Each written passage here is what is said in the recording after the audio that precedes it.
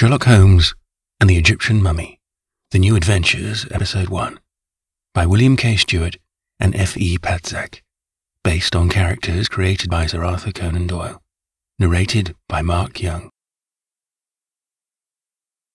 Holmes and my humble self were puzzled by a somewhat curious case that occurred in the summer of 1885.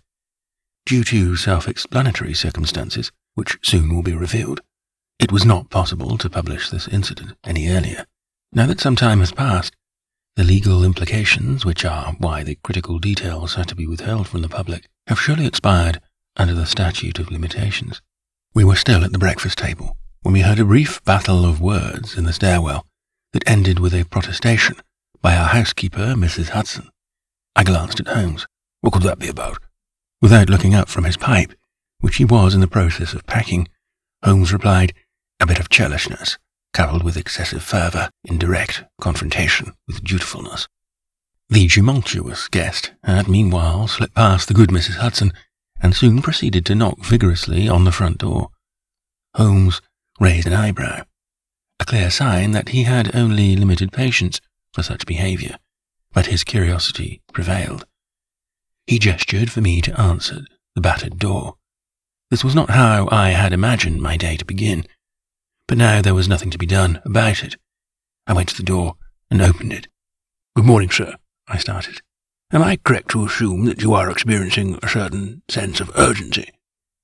The man at the door was a 50-year-old professorial type, with glasses and a full beard. I was sure I had seen him before, but I couldn't remember the occasion.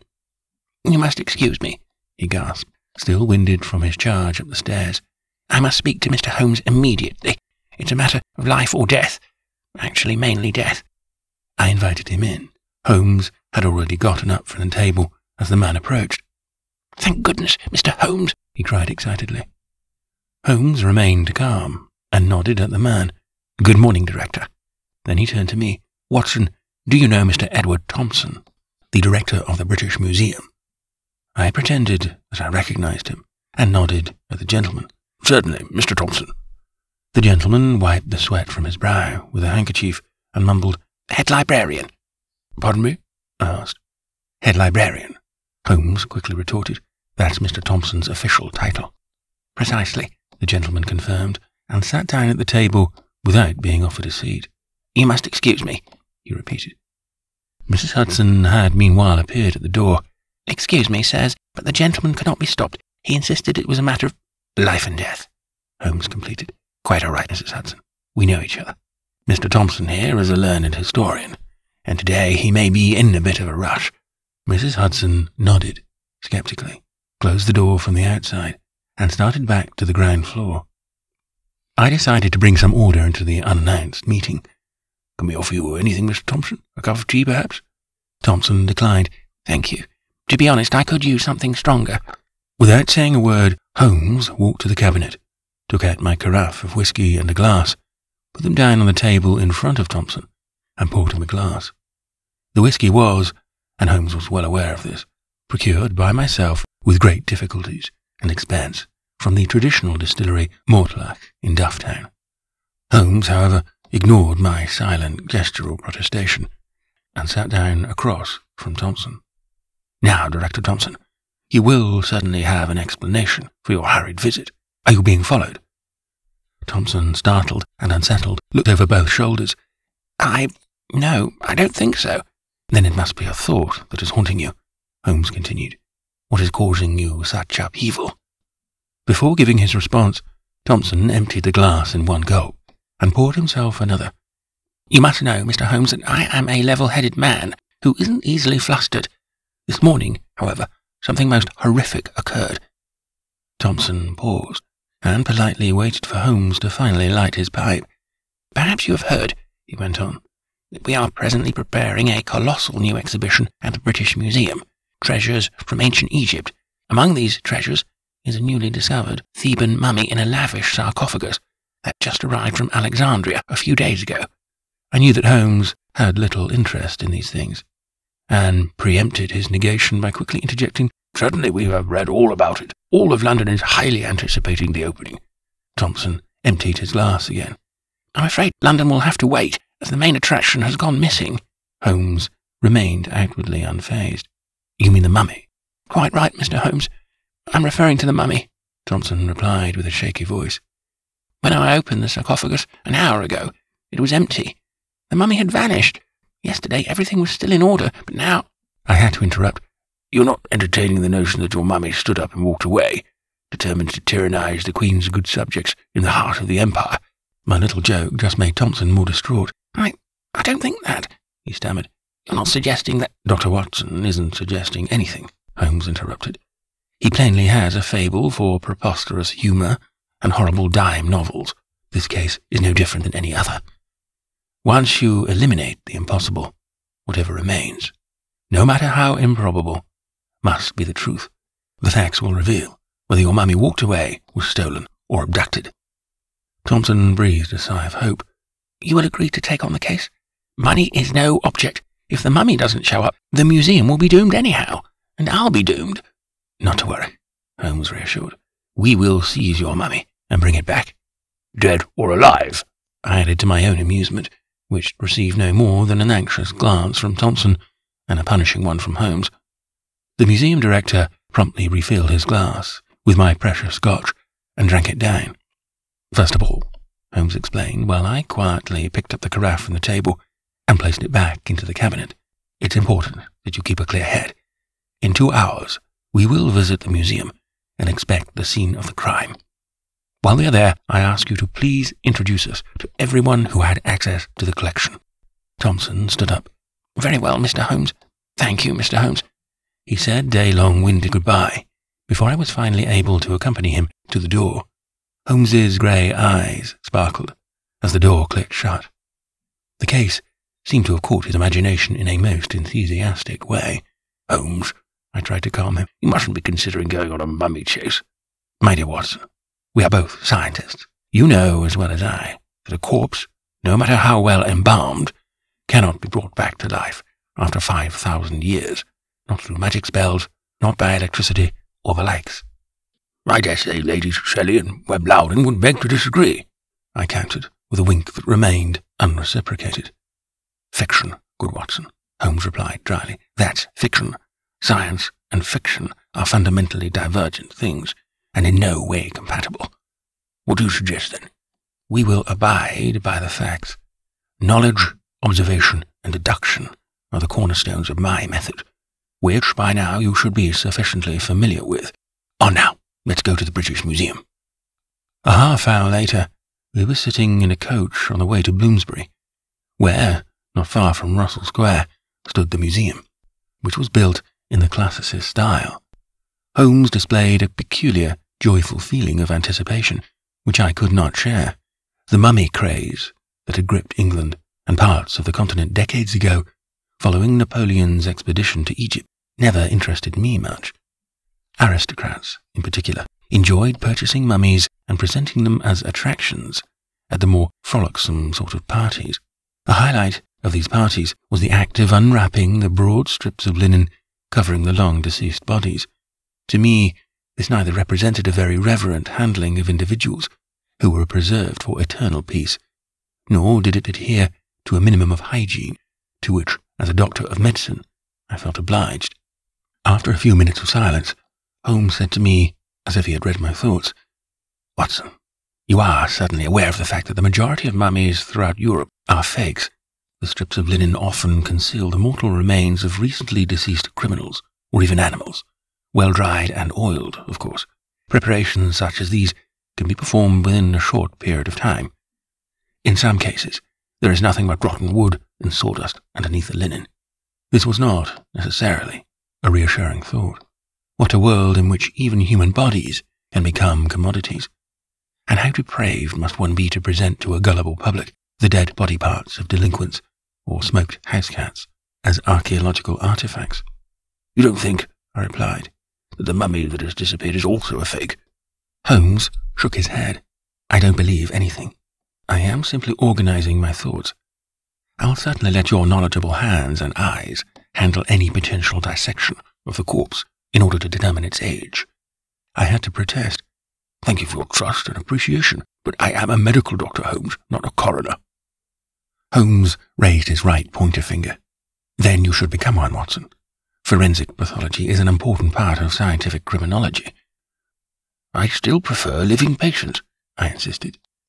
The benevolent look on Holmes's face did not spell anything good. "Fine," he began with a calm voice. "Should our embalmed corpse, against all expectations, turn out to be alive, you will certainly find another field of work. Mr. Thompson will certainly assist you during the anamnesis as an Egyptian interpreter." Besides frowning, I could only spit out one word. "Anamnesis?" Holmes nodded. "Naturally, Watson. As a physician, you will certainly have to admit that it cannot be healthy for a corpse to restart breathing after thousands of years, even without any inner organs. Therefore, examinations and possible treatment seem to me not only appropriate, but indispensable." Holmes's face lit up with an almost mischievous grin. He was pulling my leg. "Well," I answered, "too bad that I haven't got my doctor's bag on me." Finally, the coach came to a stop in front of the main entrance of the museum on Great Russell Street. The impressive column portal, a splendid symbol of the Empire's cultural historical appropriation of the world, seemed to me today more menacing than welcoming in its grandeur. While Holmes skipped up the stairs energetically, I plodded along behind him resignedly. Mr. Thompson had already expected us in the foyer. He led us past groups of visitors to the permanent exhibitions, to a closed-off area where the new exhibition of ancient Egyptian artifacts will take place. We walked past hieroglyphics on stelae, statues of animals and chimeras, copper scarabs, papyrus fragments, as well as the famous Rosetta Stone, which, as an expert of paleography, was especially dear to Thompson, and arrived at the sarcophagus in question. Laid out in the middle of a dedicated space, it was a glistening showpiece in gold, sapphire blue, and ruby red, decorated with reliefs and hieroglyphics. Polished and lit, it reflected all the splendor of the ancient pharaonic kingdom on the Nile, and yet it was nothing more than a coffin. The vehemence with which the Egyptians wanted to cheat impermanence in order to delay the natural course of all things living ultimately demonstrates how little trust they had in their own concept of the hereafter. From a scientific perspective, it is utterly remarkable with what degree of professionality dead bodies were conserved, given the limited knowledge of chemistry and anatomy that existed at the time. Yet Thompson could not present to us the result of this undertaking. We could see for ourselves that the sarcophagus was indeed empty. Although there was nothing to see, Holmes inspected the open sarcophagus for several minutes, while Thompson and I stood beside him. He ran his hand across the top and the inside, scratched at the latter, knocked and shook the lid, measured it, and even inhaled its odour.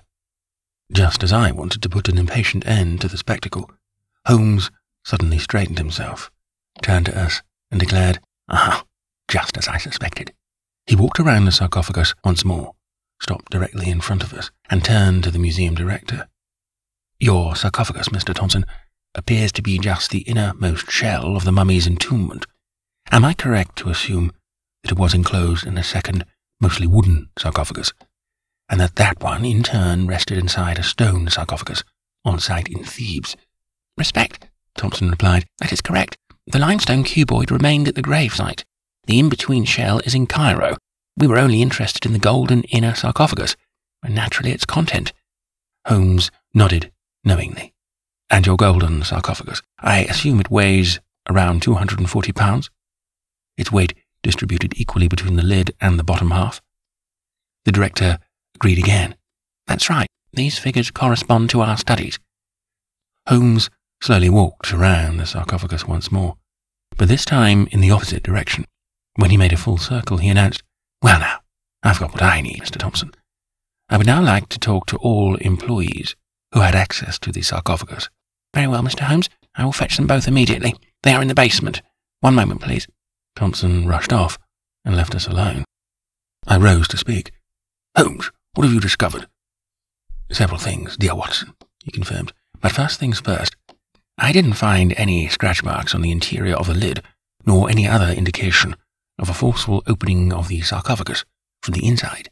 Therefore, we can, in good conscience, rule out the possibility that the mummy broke out all by itself." "Hear, hear," I cried. "What a relief." Nevertheless, Holmes cautioned me immediately. "That does not preclude any potential help from the outside." "Holmes, spare me your jests. What about knowledge, observation, and deduction?" "Have patience, dear friend." Holmes tried to comfort me. "All in due time. We will first want to question the director's employees. Premature conclusions are subject to poor precision and errant haste." Before I could press on any further, the director reappeared. He was accompanied by a young lady and a young man who looked like a student. Mr. Thompson introduced them. "These are my closest associates on the Special Egypt exhibition. My personal assistant, Miss Jane Norton." "Very pleased to make your acquaintance," Mr. Holmes interjected. "And Mr. Bellingham, a committed student of Egyptology," Thompson continued. Holmes gave him a brief nod. "Now let's begin," he said. "After all, you have already lost enough time to this anguish, and certainly still have much work to do in preparation for the exhibition. So, we don't want to keep you away from your tasks for too long." Strain was written on their faces. Thompson, apparently, had high expectations for his employees. Bellingham, hardly over 20 years old, looked exhausted. His hair was in a mess and appeared to be greying from the dust in the basement. Miss Norton, who was about the same age as her colleague, looked equally tired. The right sleeve of her white smock was stained with brown dust. Holmes, who noticed the stain, immediately assumed the role of courteous gentleman and pulled out his handkerchief. "Oh, may I?" he said with a smile, took her hand and dusted off her sleeve. For poor Miss Norton, however, this gesture was a bit too forthcoming. Her face was noticeably blushed as Holmes returned his handkerchief to his pocket. For me, on the other hand, this was certainly not the first time I had observed Holmes attempt to unnerve his subject during questioning. I assumed that this was what he was presently engaged in. "Miss Norton," Holmes finally began, "how long have you been working for Mr. Thompson?" The interviewee had collected herself again and responded quickly. "For 2.5 years." "And how did you become associated with this exhibition?" The director interjected. "You must know, Mr. Holmes, Miss Norton's father and I were fellow students at the University of Oxford. Mr. Norton grew severely ill a few years ago, and Mrs. Norton regrettably passed away over 15 years ago. I therefore saw it as my duty to—" "I understand," Holmes interrupted. "Miss Norton, when did you last see the mummy?" "Last night," she answered. "Mr. Thompson and I closed the sarcophagus before we locked up the hall and left the museum." "And at that point, the mummy was still in its place?" Thompson nodded vehemently. "Naturally." "Naturally," Holmes repeated. "Let's discuss this morning. Where were you, Miss Norton, when it was discovered that the mummy was missing?" "In the basement storage," she explained. "I was in the process of bringing up the copper scorpions to place next to the scarabs. I heard Mr. Thompson scream and immediately ran upstairs." "That's correct," confirmed the director. "Although it took some time before she arrived, since the basement is quite maze-like. I would get hopelessly lost down there, but luckily Miss Norton is the only one who finds her way around these narrow rooms and corridors."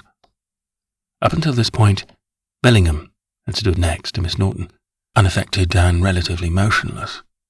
Now Holmes turned his attention to him. "And you? Where and how did you spend the last 20 hours? The student did not show any signs of nervousness. "Yesterday I left the museum earlier than usual, in order to study the Book of the Dead at home until late at night." Holmes furrowed his brow. "The Book of the Dead?" "Collection of ancient Egyptian magic, spells and incantations," Bellingham explained, and suddenly began reciting. O Amun, who art in heaven, turn thy face upon the dead body of a child, and make your child sound and strong in another world." Thank you, Holmes interrupted. "Very impressive." "You know," Bellingham continued, "Egyptian mythology is my speciality. That's why I applied to this museum when I learned of this new exhibition." "Mr. Bellingham is a temporary hire. He just started recently," confirmed Thompson. "His expertise, and particularly his enthusiasm, are impressive." "Indeed," muttered Holmes, more to himself than to the others. "And today, Mr. Bellingham, when did you arrive here today?" "Just 2 hours ago," he answered. "Miss Norton subsequently informed me of the mummy's disappearance. At that point, Mr. Thompson was likely still with you, Mr. Holmes." Holmes nodded. He embarked a pace around the sarcophagus once more, but stopped halfway and turned round. "Miss Norton, Mr. Bellingham, that will be all for now. I thank you for your time and cooperation. You can now get back to work. Should I have any further questions, Mr. Thompson was so good as to note down your addresses for me."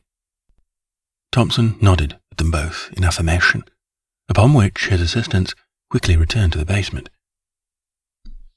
"Mr. Director, sir, I have one more question for you," Holmes said as soon as we three were alone again. "Is it true that there are 3 people who, independently from one another, have access to this hall with their keys?" Thompson answered without much thought. "Well, that is of course true for Miss Norton and Mr. Bellingham. They are the only ones who have keys to this hall." "They're not exactly the only ones," Holmes corrected. "Don't you also have all the keys?" Thompson began to stutter slightly. "Naturally, but Mr. Holmes, what are you inferring? You don't believe that I myself—" "I don't believe anything, Mr. Thompson," Holmes quickly objected. "I put the facts together. It is a fact that this hall is only accessible through one single door. It is a fact that this door was not opened forcefully last night. The lock remains undamaged. And it is a fact that only 3 people have the keys to this door." Thompson wiped the sweat off his brow with a handkerchief. "That is all correct, Mr. Holmes, but that doesn't make any sense." "Not yet," Holmes corrected. "If you allow, Dr. Watson and I must now bid adieu.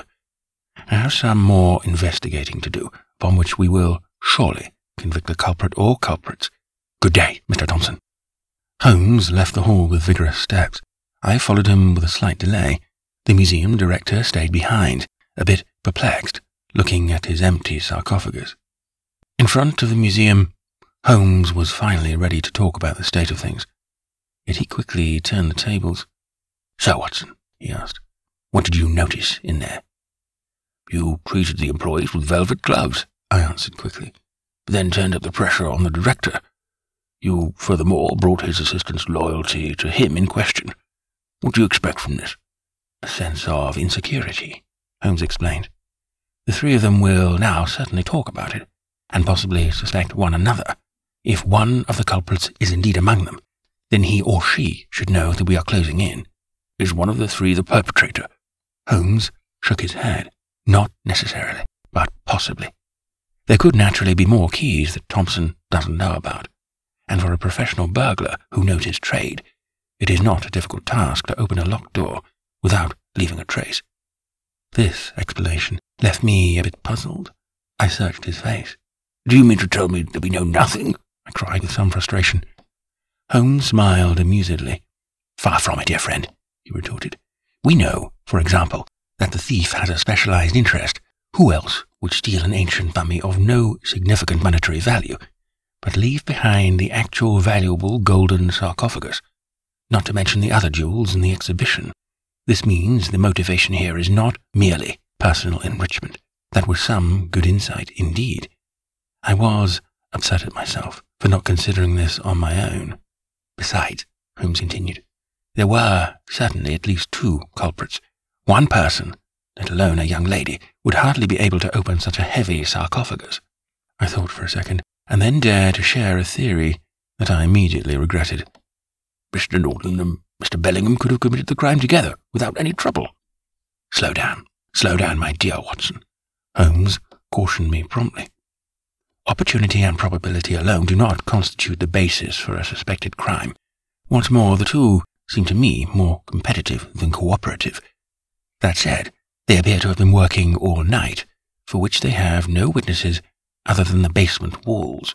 Before I could say anything, Holmes flagged down a carriage, and as he was stepping in, he turned to me and said, "Our paths part here for now, Watson.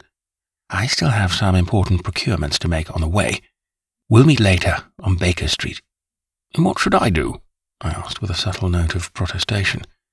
"When you're able, please speak to the museum guard," Holmes begged. "The British Museum, with all its treasures, is certainly not left unguarded all night. Find out about the safety protocol in place during closing hours." I felt quite honoured that Holmes entrusted me with such an important task. "All right," I answered dutifully.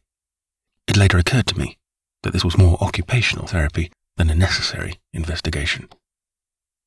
When I arrived at Baker Street around 2 hours later, indeed equipped with relatively few new insights, I found Holmes working in his small laboratory. performing chemical analyses. He seemed entirely preoccupied, and hardly took notice of my arrival.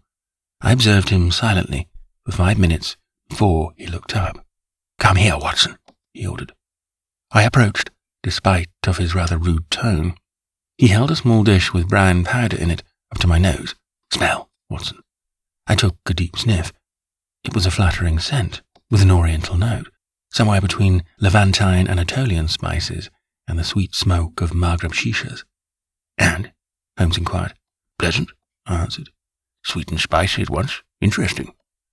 Holmes held out a small teaspoon. "Try it." I hesitated and looked at Holmes skeptically. "Holmes, this isn't a psychotropic substance such as cocaine or the likes. You know that as a physician I reject these things." No, he assured. "Certainly not. Trust me." I took the spoon, shoveled a small amount of the powder onto its tip, and looked at Holmes with a stern expression. "No drugs." Holmes shook his head with a smile, and I put the spoon in my mouth. The flavour corresponded to its scent. The aftertaste was a bit salty and smoky, all in all a pleasant spice mixture. "Well now," I said, after swallowing down a spoonful, "exquisite. This mixture will be perfectly suited for an Eastern Mediterranean barbecue. What is it?" "Mumia," Holmes replied. I gasped. I was able to let out, "Excuse me," between fits of coughing and gagging. Holmes clapped my back paternalistically. "Pulvus mummiae, mummy powder," he repeated. "It's made by finally grinding down a mummy. Mummia has been regarded as a medicine for centuries, millennia even. I gag, twice more, spit into my handkerchief, and then loosened my collar to supply my red face with more oxygen. "Damn it, Holmes," I gasped. "I know very well what mummy is. You let me eat a ground mummy. Have you lost your mind?" "Calm down," Holmes replied. "Most available mummia is not made from genuine Egyptian mummies, but from fakes." "How comforting," I cried, still upset. "Then all I was party to was standard cannibalism. Where did you even get this stuff? No reputable pharmacy would dare to sell this nonsense these days." "A colleague of yours was so good to give me some," Holmes explained. "Colleague?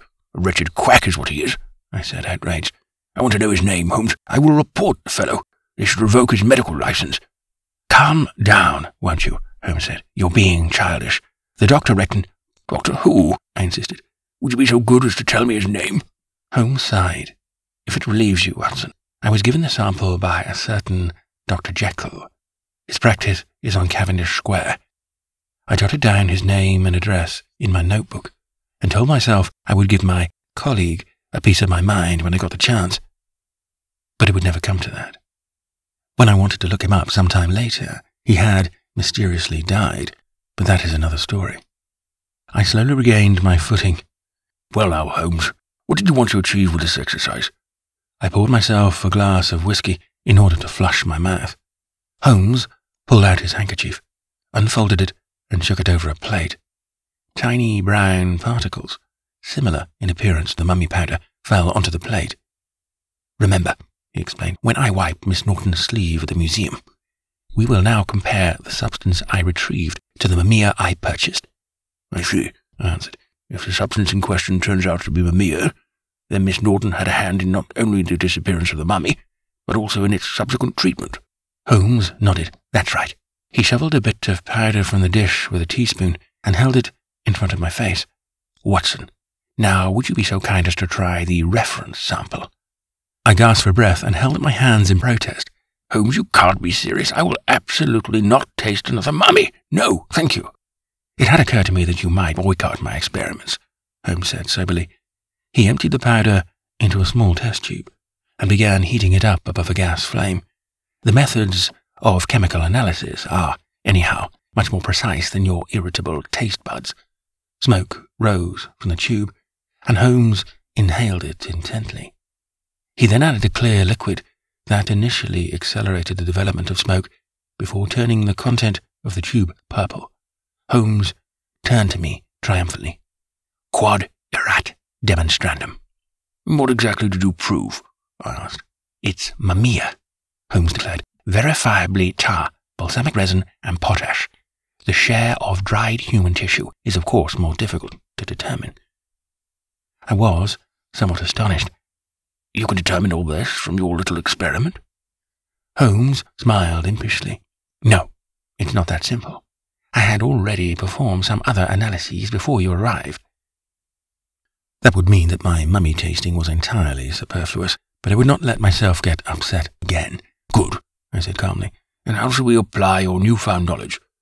It appears, Holmes explained, that Miss Norton manufactured mammia in the basement of the museum.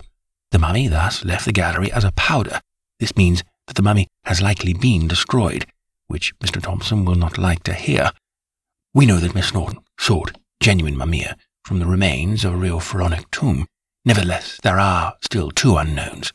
Firstly, who helped Miss Norton? And secondly, why did she do it? I'm sure you already have a plan for finding the answers to your remaining questions, I presumed. Naturally, my good Watson, Holmes confirmed. We will simply ask Miss Norton straight away. Around an hour later, it was dark by now. We went to the address Miss Norton gave us and stood before her apartment door. We were a trifle surprised that she lived on Brick Lane in the East End. It seemed that her family must have experienced some sort of social decline. Miss Norton opened the door immediately, as if she was expecting us. Mr. Holmes, Dr. Watson, she greeted us. I presume you would like to enter. Please come in. She led us into a sparsely decorated room that had a single adjoining room. She sat down at a simple wooden table and offered us seats. While I sat down thanking her, Holmes declined the offer and got straight to the point. Thank you, Miss Norton. I prefer to stand. I believe you know why we are here. She nodded slowly. My father told me it wouldn't take long before you showed up. He said you were England's finest detective after all. What, only England's? I asked with an ironic undertone. Holmes ignored the comment. Am I correct to presume, he continued his questioning, that your father was your accomplice that night at the museum? That he helped you to lift the cover of the sarcophagus and steal the mummy? Miss Norton seemed almost apathetic, yet affirmed the question with a nod. Holmes turned up the volume. In the catacombs of the basement, which no one knows better than you set up everything necessary for grinding down the mummy. There, you and your father likely set up a small mechanical powder mill without anyone noticing. I must admit, rather brilliant, yet simple. Who would suspect such a thing from a theft? Miss Norton knew she had been caught. The evidence would be found at the latest in the course of an inspection of the British Museum's basement. She stood up, walked to the door of the adjacent room, and was about to open it. I'd like to show you something, she said. Holmes and I followed her through the door and found ourselves in a darkened room. The only light came from a flickering candle on a dresser. In one of the dark corners of the room, there was a hairy human form whose silhouette was difficult to make out. As Holmes and I walked to the center of the room, the form slowly approached with heavy and unsteady steps. The candlelight first only illuminated one arm, bandaged with narrow strips of linen up to the fingertips. Next, we could recognize a head. This too was bandaged, almost entirely with the exception of the eyes and mouth. My heart beat in my throat. It was clear before us stood the mummy. It took another step towards us and said, Good evening, gentlemen. Holmes remained calm. Mr. Norton, I presume. The mummy figure nodded. Please excuse my appearance, but my illness does not allow for the proper evening dress. In full candlelight, they could now see that Norton was wearing a kind of nightgown. Almost his entire body was bandaged, and he found it difficult to speak. I'm suffering from a largely unknown illness. It is slowly eating up my skin and outer body tissue. The doctors are clueless and have already given up. All the unsuccessful treatments have exhausted my entire fortune. Naturally, I haven't been able to be seen in public during the daytime for years. That is certainly a difficult and unfortunate circumstance, Holmes replied, for you and your daughter. Nevertheless, you will understand that I am also interested in the whereabouts of the Egyptian mummy. Naturally, Mr. Holmes, Norton replied. Unfortunately, the mummy has been almost entirely destroyed. That is to say, pulverized. After thousands of years, the corpse of a mummy, despite of its treatment, has shrunken greatly and only offers little substance. He pointed at several jars on the dresser that evidently contained mammia. The mummy powder is my last hope for healing, Perhaps it could, when applied on the outside and inside, stop the decaying of my living flesh, or at least slow it down. Mr. Norton, I interjected, sorry as I am, but science has proven that there is no serious medical application for Mimea, not even for the regeneration of tissue. Modern pharmacology has rightly removed it from its array of treatments. It's nothing more than superstition. Norton shook his bandaged head. Dr. Watson, if one is in my desperate circumstance, then one is susceptible to believe many things. An archaeologist, a friend of mine who works in Cairo, informed me of the delivery of the new mummy to the British Museum. What's more, he was under the impression that, although it had not yet been determined with certainty, the mummy was a find from a real king's tomb, and that it was a pharaoh from the time of Ramses Pharaoh de Ramesden, who, if not a descendant of the sun god himself, could be more promising. But that hope has been lost now, too. Then Norton turned to Holmes. Mr. Holmes, I am ready to accept the consequences and accompany you to the police station. My life is over, anyhow. However, I beg you most fervently to put in a good word for my daughter. 3 weeks later, the grand opening of the new and expanded ancient Egyptian collection took place at the British Museum according to plan. It was a huge success. All of London was talking about it. Especially beguiling was the new sarcophagus, which was displayed open and seen by the public for the first time, and inside of it, wrapped in thick bandages, was the mummy. Holmes and I were also invited to the festivities. The elated Director Thompson thanked us profusely and repeatedly for having saved his exhibition and returning the lost mummy. Within 72 hours, we had found it, packed it into a simple wooden crate, and returned it to the museum. To the police, we reported that, although we secured the stolen property, the thieves, likely a band of professional criminals from Germany, regrettably got away, and were probably back on the continent by now. There would be little chance of catching them. We left the opening party early. Holmes smiled contentedly as we were descending the steps in front of the museum. I, on the other hand, still had my doubts about the outcome of our case. I appreciate your self-satisfaction, I began, but isn't it so that we had a hand in the triumph of injustice? You lied to the police after all. Holmes seemed almost amused by my pangs of conscience. My dear Watson, to do the right thing does not always coincide with justice. Or would you like to discuss the fine line between legality and righteousness with the judge? After some brief consideration, I had to disagree. I am a physician, Holmes, not a lawyer, least of all a moral philosopher. But you must answer me 2 things. Holmes stopped in his tracks. Go on, he encouraged me.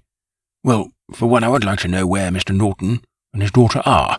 I gather that Thompson granted his assistant a long, paid vacation. You don't happen to have anything to do with this, Holmes? Not directly, he answered.